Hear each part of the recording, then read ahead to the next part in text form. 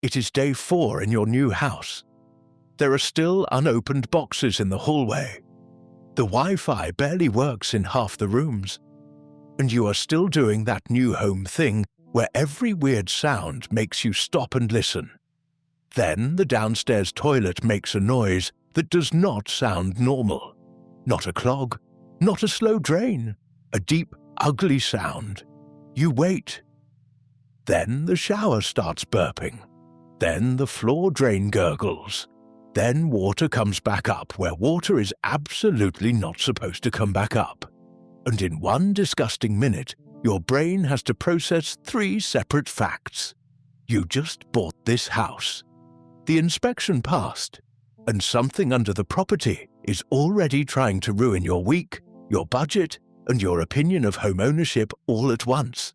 A sewer problem is bad any time, but right after closing, it hits in a very specific way. Because the house is still supposed to be in its honeymoon phase. You are supposed to be learning where the light switches are, not learning the difference between a clean-out, a sewer scope, and a 5-figure excavation quote. That is why the emotional damage is bigger than the mess itself. You do not just feel disgusted, you feel betrayed. Not by one person exactly, by the whole purchase sequence. The listing, the showing, the inspection, the signatures, the smile at closing, the keys in your hand. Everything in that process quietly told your nervous system, you did it, the scary part is over. Then the house immediately answers, no, the scary part was underground the whole time. This is the sentence that confuses first-time buyers the most. The inspection passed. Passed what? A general home inspection is not the same thing as a guarantee that every expensive system has been stress-tested to the point of certainty. Inspectors are not magicians. They cannot see through soil. They are often not running a camera through the sewer line unless someone specifically orders a sewer scope. And that gap is where the regret starts growing. Because past inspection sounds like the house is good. What it often really means is the inspector did not see a major visible defect during the scope of that inspection. Those are not the same sentence. And when a sewer backup shows up 4 days after closing, your brain does not care about technical distinctions. Your brain hears one thing. I thought this part was handled. Roof problems are expensive. Electrical problems are scary. Foundation problems are terrifying.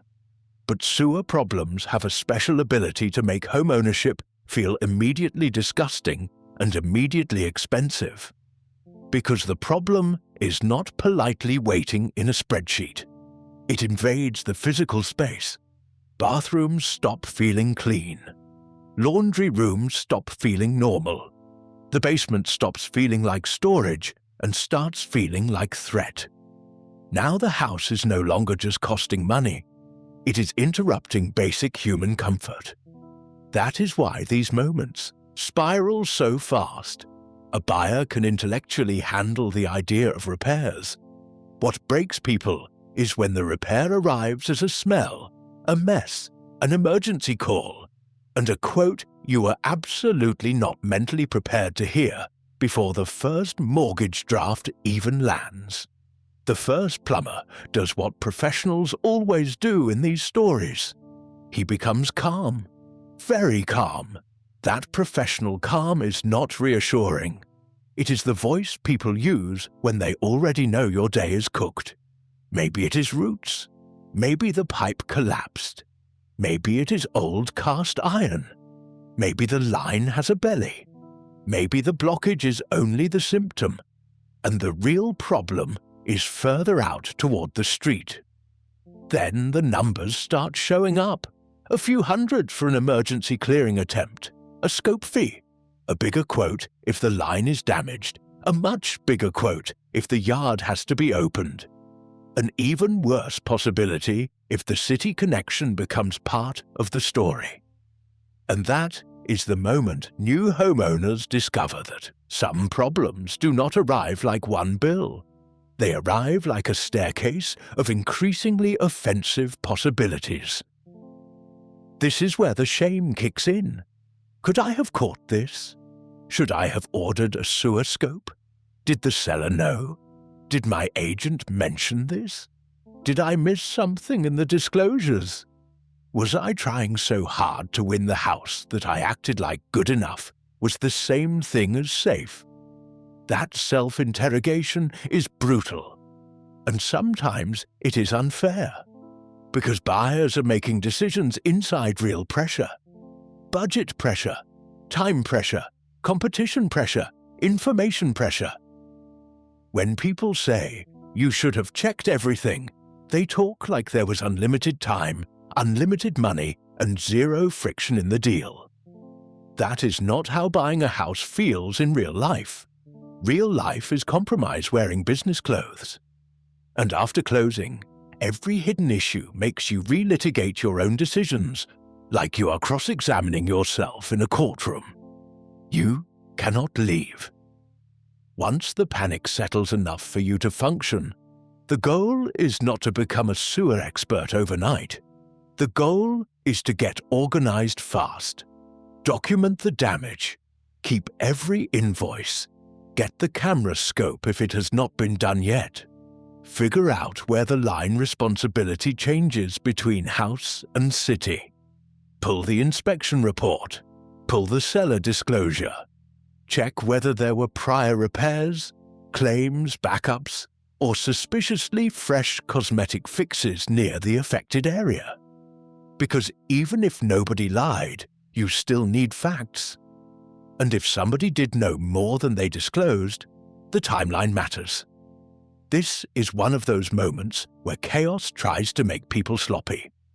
Do not let disgust erase documentation. Yes, sometimes the lesson is pay for the sewer scope.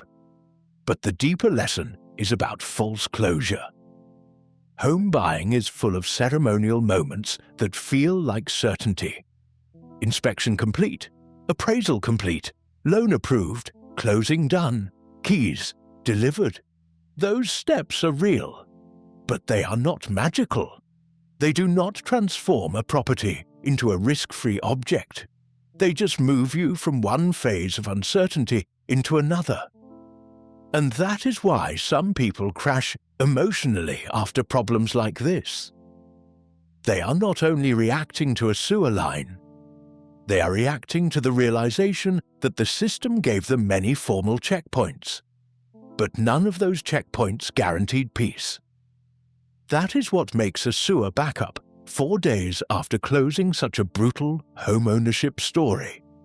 It is not only the smell, it is not only the repair bill, it is the moment your brain realizes that the inspection passed was never the same thing as the danger is gone. One toilet noise, one ugly backup. And now, the house you just bought already feels like a negotiation between regret and plumbing.